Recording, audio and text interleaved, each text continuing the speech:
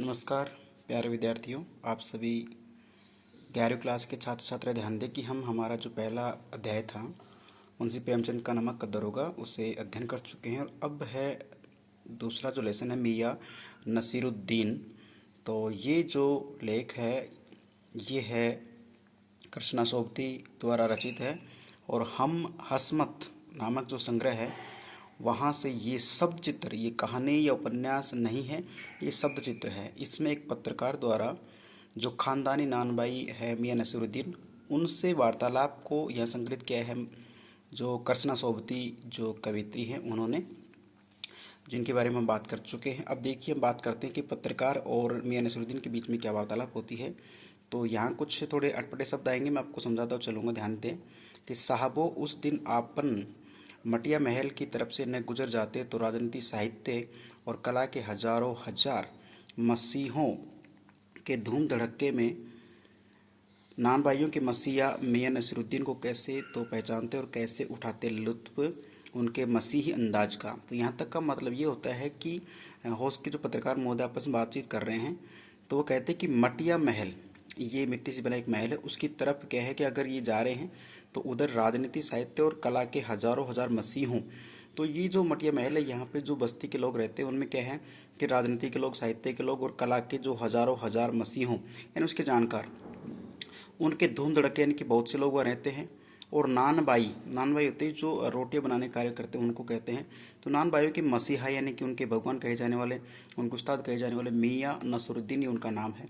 तो इनको कैसे जान पाते हैं? तो पत्रकार आपस में बात कर रहे हैं कि यदि हम उधर से नहीं गुजरते तो इनके बारे में कैसे जान पाते कैसे तो पहचानते, कैसे उठाते लुत्फ उनके मसीही अंदाज का, यानी उनका जो निपुणता का तरीका है उसका कैसे पता लगा पाते।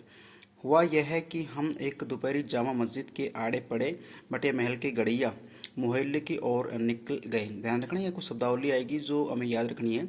जामा मस्जिद के आड़े यानी तिरछे रूप में, ये पड़ोस में पड़े यानी बसा हुआ है, मटिया महल है और उसकी गड़िया मोहल्ला है। जब मस्जिद है उसके बगल में या कहीं पड़ोस में मटिया महल, और मटिया महल के क्या है कि गड़िया नाम का मोहल्ला है और उसमें ये गए हैं। एक निहायत मामूली अंधेरी सी दुकान पर पटापट आटे के ढेर सनते देख ठिठके। सनने का मतलब जैसे आटा गूंदना, आटा लगाना, तो जैसे हम आटा लगाते तो आवाज़ें आती हैं, तो उस प्रकार की बात कर रहे हैं। सेवइयों की तैयारी होगी ऐसा उन्होंने अनुमान लगाया कि सेवइयाँ बनाने का प्रयास किया जा रहा होगा, पर पूछने पर मालूम हुआ कि खानदानी नानभाई मियाँ नसीरुद्दीन की दुकान पर खड़े हैं। कि जब ये पता चला कि दुकान किस चीज़ की है, किन की है, तो पता चला कि मियाँ नसीरुद्दीन जो है, जो खानदानी नानभाई हैं, उनका ये दुकान है। तो देखिए मियाँ मशहूर है 56 किस्म की रोटियाँ बनाने के लिए। प्यारे छात्र छात्रा ध्यान रखना, ये 11th क्लास की बुक है और ये जो लेसन है ये अभी लगा, लेकिन पहले भी ये 11th में था, आज से करीब 5-10 साल पहले। तो ये 56 प्रकार की रोटियों से संबंधित RS में और टीचर फर्स्ट ग्रेड में क्वेश्चन आ चुके हैं। तो इन्हीं बुक से क्वेश्चन आते हैं, कहानी को ठीक से देखना है इसको। तो देखो 56 किस्म की रोटियां, यानी हम रोटियां हम बनाते भी खाते भी, लेकिन यहाँ जो मियाँ नसीरुद्दीन है, पाठ का मतलब यही है कि उनका ये खानदानी पेशा है, उनका ये पुश्तैनी कार्य है और इसमें वो रोटी बनाने के विशेषज्ञ हैं। ठीक है, 56 प्रकार से रोटी बनाते हैं वो।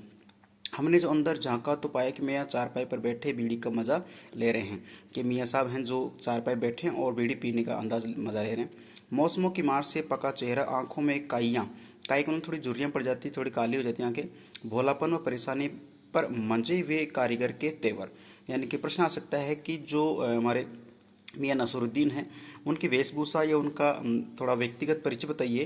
तो आप बता सकते हैं कि वो किस प्रकार से हैं, कि जैसे मौसमों के, जैसे सर्दी गर्मी का प्रभाव हमारे चेहरे पे रहता है, गर्मी में कैसे चेहरा होता है, सर्दी में कैसा होता है, वो दिख रहा है।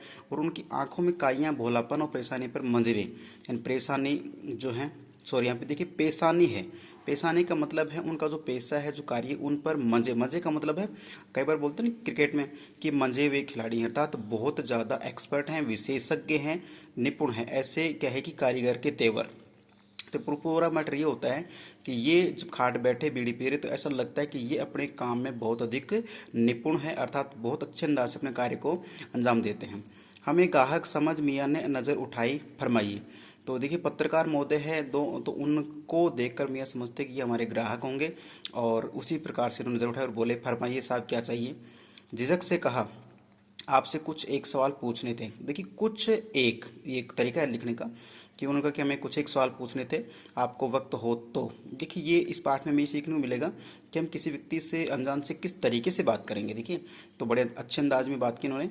मियां नसरुद्दीन ने पंच हजारी अंदाज से सिर हिलाया। पंच हजारी का मतलब से अपन देखिए कई बार पढ़ते हैं ना कि 7 हजारी मनसबदार, या जैसे मुकदम होता था, लंबरदार होते थे, ऐसे। तो ये कुछ गांव के हिसाब से पदवी होती है। तो मियां नसरुद्दीन ने पंच हजारी अंदाज से सिर हिलाया, अर्थात थोड़ा सा अपने आप में शाही शान के रूप में सिर हिलाया कि हाँ पूछिए, निकाल लेंगे वक्त थोड़ा, पर यह तो कहिए कि आपको पूछना क्या है। फिर घूर कर देखा और जोड़ा। घूर कर देखा और जोड़ा, जोड़ा का मतलब होता है कि अपनी बात में आगे और कुछ वक्तव्य कहा। कहीं अखबार नवीस तो नहीं हो, अर्थात अखबार छापने वाले को अखबार नवीस से कहा जाता है, तो नहीं हो, यह तो खोजियों की खुरापात है। हम तो अखबार बनाने वाले और अखबार पढ़ने वाले दोनों दोनों को ही निठल्ला समझते हैं। ये प्रश्न आ सकता है कि मियां नसरुद्दीन की नज़र में अखबार नवीस क्या है। तो मियां नसरुद्दीन क्या है कि अखबार छापने वालों को और पढ़ने वालों दोनों क्या मानते, निठल्ला मानते, क्योंकि ये हमेशा अपने काम को तवज्जो देते हैं, भाई काम करते रहना चाहिए। और जैसे अखबार छापने वाले तो ठीक है छाप देते, लेकिन पढ़ने वाले उसको लेके बैठे रहते हैं। तो इनकी नज़र में क्या है कि वो निठल्ला, यानी कि बिना काम ही बैठे रहने को व्यर्थ माना जा रहा है। हाँ, कामकाजी आदमी को इससे क्या काम है, अर्थात जो कामकाजी काम करने वाला है उसको अखबार पढ़ने का टाइम ही नहीं मिलता है। खैर, आपने यहाँ तक आने की तकलीफ उठाई है, तो पूछिए क्या पूछना चाहते हैं। पूछना ये था कि किस्म किस्म की रोटी पकाने का इलम। इलम का मतलब कि जो अपने नुस्खा या तरीका जो है ना, ये इलम अपने कहाँ से हासिल किया। कि हमें पूछा था साहब कि मियां नसरुद्दीन जी, आपने जो विभिन्न विभिन्न प्रकार की, किस्म किस्म प्रकार की, अलग अलग प्रकार की जो रोटियां पकाने का जो तरीका है, जो ये नुस्खा है, ये जो आपका तहजीब है, ये आपने कहाँ से सीखी है। मियां नसरुद्दीन आंखों के कंचे, देखिए यहाँ पे कंचे लिखा हुआ, कंचे जो अपन बच्चे गोली खेलते हैं उसके, तो कंचे हम पर फेरे। कहने का मतलब हमारी जो आंख होती है उसमें आप देखते हैं ना कि जो बीच में काला एक मणियासा होता है, उसकी बात करते हैं। हम किसी की तरफ देखते हैं तो हमारी आंखें घूमती हैं, जानते हैं इस बात को। कई बार किसी की परमानेंट ही घूमी होती है, भेंगा उसको जो बोलते हैं वो बातें। तो उन्होंने अपनी नज़र हमारी तरफ घुमाई। फिर तरर कर तरर कर थोड़ा सा तीव्र होके बोले, क्या मतलब है। पूछे साहब नान भाई, इलम लेने कहीं और जाएगा। मतलब कुछ व्यक्ति होते हैं जिन्हें अपने काम में महारत हासिल होती है, या ये निपुण होते हैं ना, वो कॉन्फिडेंस के साथ में कुछ बात कहते हैं। तो उन्होंने वैसे बोला कि तरर कर बोले, क्या बात कर रहे हो, क्या मतलब आपका।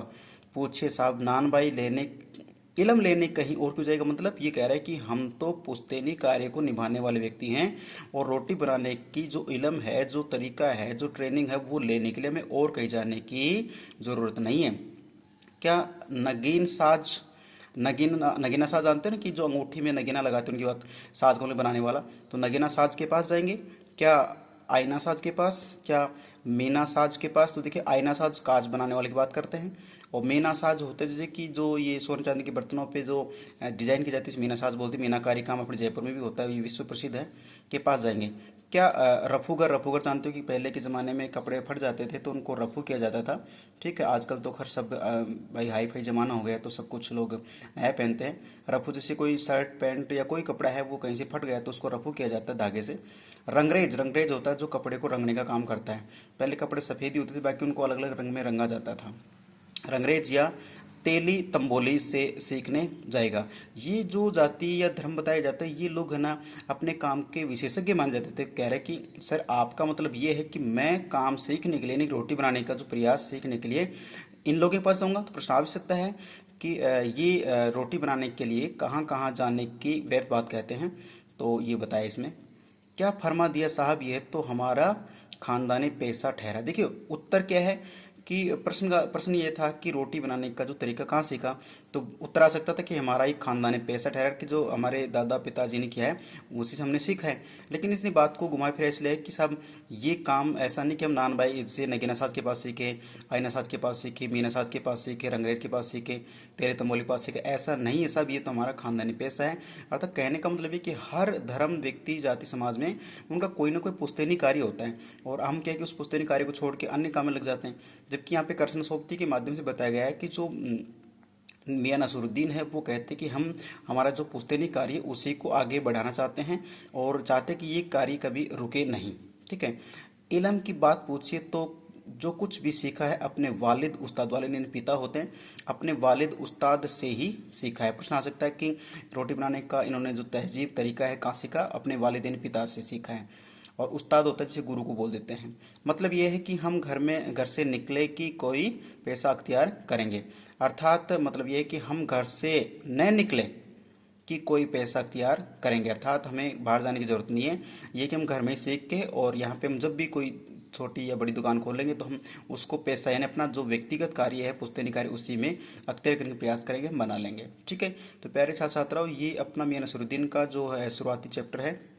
तो ये जो वीडियो मैं आपको बता रहा हूँ और फिर इसका जो पाठसार है वो भी आपको क्लास में बोर्ड के आधार पे आपको समझ जाएगा। तो ये मेरा कहने का मतलब कि इनमें से प्रश्न भी बनेंगे, तो आप इसे ठीक से अध्ययन कर लीजिए, रीड कर लीजिए। फिर मिलते हैं, तब तक के लिए नमस्कार, जय हिंद।